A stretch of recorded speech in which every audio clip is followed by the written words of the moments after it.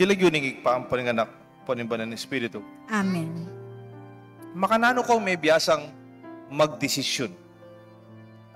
Kaya eskwela, tiruda ka tang magdesisyon. Siguro, tiruda ka tang subjects. Tiruda ka tang mag-exam. Problem solving. Pero tiruda ka magdesisyon kay eskwela. Ating subject kay eskwelang decision making. Alaman yata, eh? Okay bali, tiruda ka tang magdesisyon. Misan po, naman may magmayabang ko, minta ko po Amerika. First time ko minta Amerika. Yata po miras ko Amerika, baik pampari yata kanito, 1995. King Anaheim, California. Malapit siya po ita keng gay, keng muwanta. Yatang Park Maragul. At yung host mi po, yung lagyon itang ima, Ate Goni. At tatandaan ko pa, first time ko po Amerika. Migising ko. Kabat sasadya na akong anmusal. Nga na po ang Ate Goni, itang host making America. Father Deo, nanong mas buri mo? Kape o chocolate? Pagdesisyon na ako. Siyempre, magdesisyon ko po. Anak na akong tatang ko. May ligyo kayong kape. Ay, coffee po, kape. Kibata ng Atsing Goni, my host. Ay, Father, chocolate na mo. Denan kaya pang marshmallow. Masating kaya ka yung kape. Masating kaya ka yung kape. Kaya ba tati kong kasiping at chinchona, bayon Dinawi kaya chinchona. Kitna na ako pa mo, ha? Iya mo rin pala yung magdesisyon. Mamiro ko mo po kanita, pero pagdesisyon na ako, buri ko kape, pari na ako kanita po Sabi na ali, maso sa tigya kayong chocolate. Ang mamiro ko mo po, nenggay, pwedeng makanyan. Deng anak, magdesisyon lang. Pero kento to, pagdesisyon tala. Nga na ning Ebanghelyo, why do you not judge for yourselves what is right? O tayo ba lumusgan, pagdesisyonan, yung sariling makakayap kaya ka? Why do you wait for others to judge you? O kailan pa yung iwes? Dala mo pa kayong hukom, yung kaya kang problema, o kaya kayong pami kaintindi bilang may kakapatid o pamilya, o may siping-siping balet, may kakalukuran, o may abe-abe kayong negosyo, o tayo ipadesisyonan, di kayo namo, sabihan nyo. Nga na pinita nga basa ko, if you do not decide, others will decide for you. Nung ka magdesisyon, deng aliwa, ilang magdesisyon para kayo. Faith can change your life if you don't take care of your own life. Nang kaya sabihan, pa kanyan talaga, swerte-swerte mo yan. Medyo tutuya naman po ito. O ba't paboren mong bibiye keng swerte-swerte mo, kaya kambiyan? O te may panigobran? O te ka makipagsapalaran? O te mo big to give all that you can, the best of you can, what you share. Ita po, masayang. Mananasa ng karenganak, aturuan ng talang magdesisyon. Because faith can be transformed by faith to yourself and faith in God. Itang faith, taman ko yung spelling na F-A-T-E. Ito pong F-A-T-E, bro sabihin, swerte-swerte, gulong ng palad, kahit tsukababol, kahit tsukalala. Itang faith, taman nun. Kapalaran, talagang kapalaran. Pero siguro pwede tang palitan itang kapalaran kaya tang kasalpantayanan. Faith, F-A-I-T-H. Itang kasalpantayanan kay sarili ko, nang pumarok kita, at kasalpantayanan kay Diyos. Our faith in ourselves and in our God. At karin, tamo paboren, pitulak-tulak na kataning angin ng popaning alon ng mutamiros, mabiyasa tasang kawe. We are good in knowledge about many things, but are we good in knowing about ourselves? About our health, about our personal life and our relationship? Kaya madakal tabalo, Patao-taas sabi, karangalwan tao, parang bagay mga palyari. Tapos sabihan ng Jesus Kenny, ay, imbiyayo, balo yung malalyari kay imbiyayo. Sana mabiyasa kayo na magdesisyon para sa lese. Kaya tang pamikakatawan, kaya katang personal labye, ang popa, kaya katang relasyon. Kunyari mo, bisa kami paldan, kaya naman nila ng bala rin doktor. Kailangan you decide it also for yourself. Diabetic ko po. Ngayon kahit ang manyaman kaya kayo, pag masanting kaya kayo, uling diabetic ko, ang yang healthy yaman, kaya kayo, alang diabetes, manusto ka na ako. Nyanin kayo po, potang makpangan ko, mamang ko, isipan ko, masalesa kaya para ka na ako yun eh. Ala na kasi tan doktor eh. Tapos sasabi ka na ako, I have to decide on my own. Otherwise, fate will decide for me. Itang bahala na. Yan ang bahala. Po pwede ito. We have to make ourselves responsible. We can make better and decide what is best for ourselves. Pwede tang pag-aralan. Pwede tang mangutang. Pwede tang paturo. We can study. We can inquire. And we can be advised. The young must be taught to decide. Even in the very beginning, they could make mistakes. Practice them to make, even learn minor decisions. Kunyari, yung anak tamong mag-choir. Then yung Little Angels Choir, mag-choir. Tipong manalbe magmamasang sisimbang online. Sabihan na po nitang metong sisimba, Father, kaswelo ko ka rin anak, mag-choir lang. Kaswelo dang pakiramdaman, anak. Magkantala talaga. Unang nang kaya ta, Father, manusto itang relang lyrics, ano? Gusto nung nanapan niya biyan, nung nandaramdam, yun ang pumakabasa pa na. Nang kaya kano, gusto yung lyrics ng kaya pa, kasi naman gusto kento. Pabren nyo lapo nga ako. Pabren tala pang magkamali kayong lyrics. O kaya magkamali bagya kento. Ngayon po balay ito. Datang yung panahon, they will be better than us. Huling magumsala pa, let them decide. Ako nang kaya, I feel guilty eh. Nang kaya po, tukiko mo rin paunakan ko king metong restaurant. Huling balo ko na yung restaurant ito, tsaka balo ko na yung buriko. Agad na akong magdesisyon na yung order. Kung mangkut ng anak na ang burida. Ita palang buriko, what I prefer, they really do not like it also.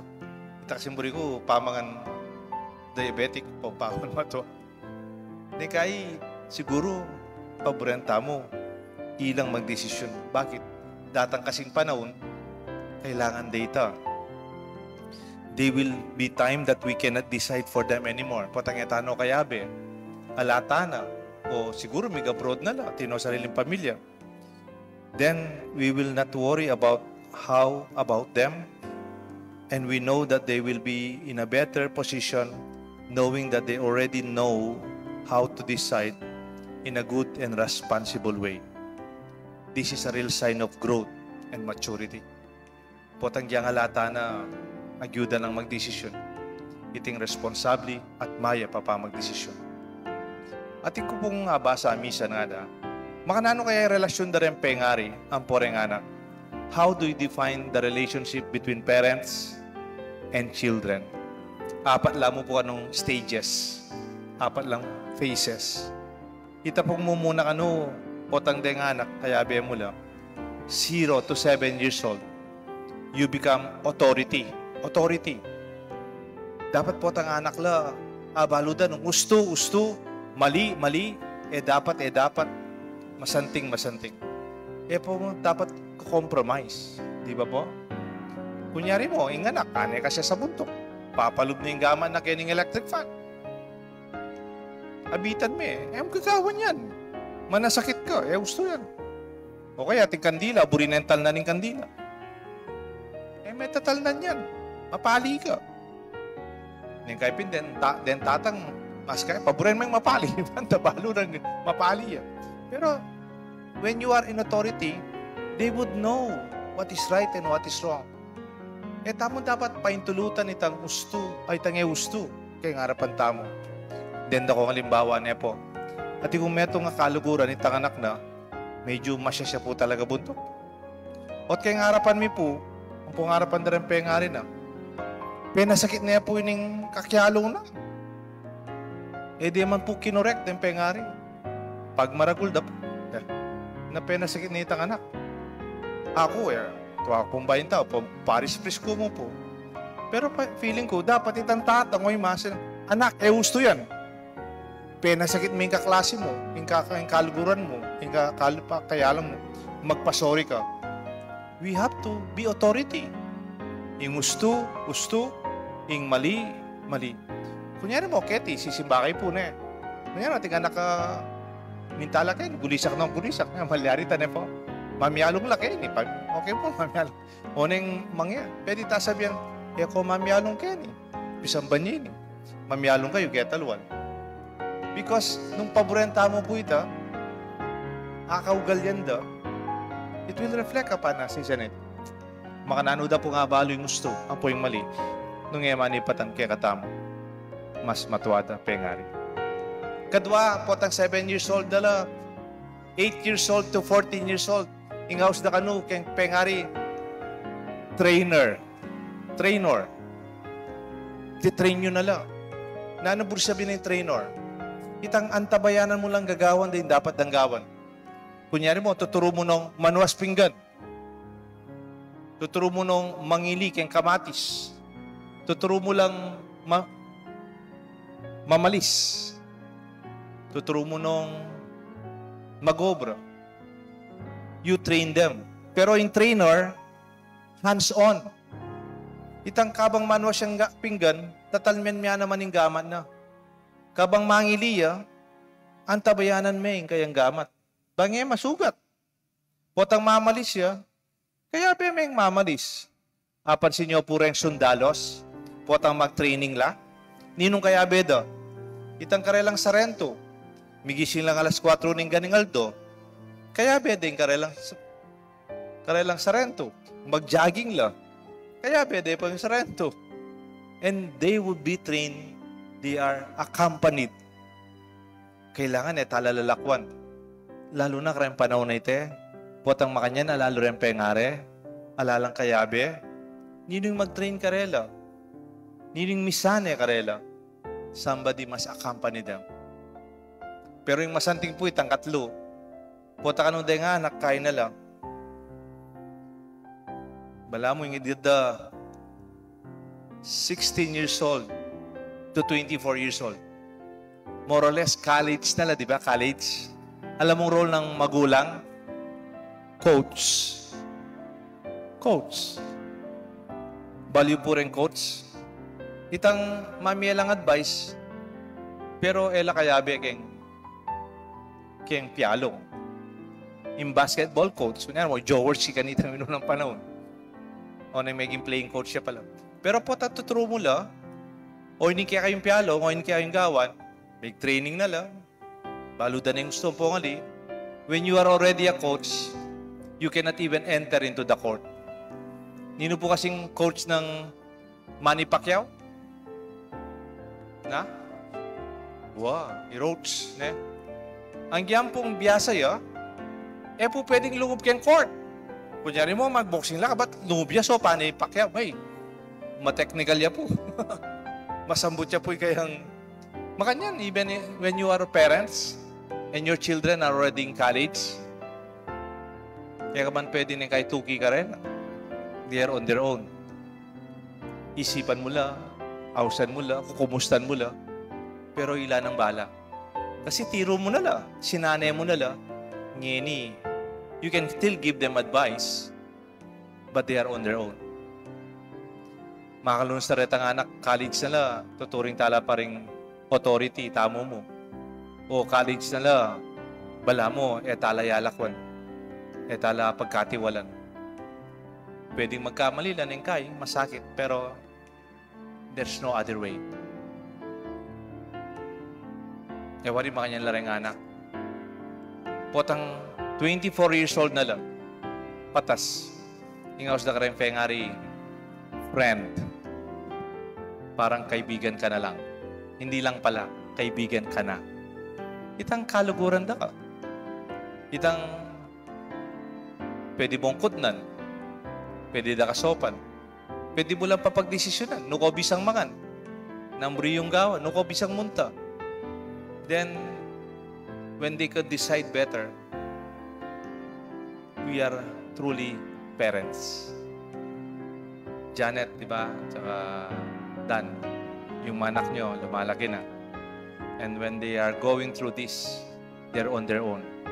Saan di sila uwi kasi tatrabaho pa. Because you know they are in good hands because how you train them well, tiki yo pisamban, tiki yung siklod kareng matwa, sinopan nyo lang magobra, sumopan yung sumaw kareng aliwa, balo din gustuang pong mali, potandagul bala mo kakaluguran tala. But when you are a friend, you don't lose your authority. You don't lose your capacity to continue to train them. And you don't even lose the capacity as a trainer. Because being a friend, you are all of this. Eko po matatakot. O ining panalangin ni Diyos kay katamo. Uling in Diyos, niya tantiro na rin disipulo na, dintangin panahon, migbalik yaking banwa, likwa na la, at sinduda ing misyon, ing kakatang pisamban. Let this be our good news. Let this also be our challenge. Decision making. Kilaguning ipampan ng anak, panimbalan ng Espiritu. Amen.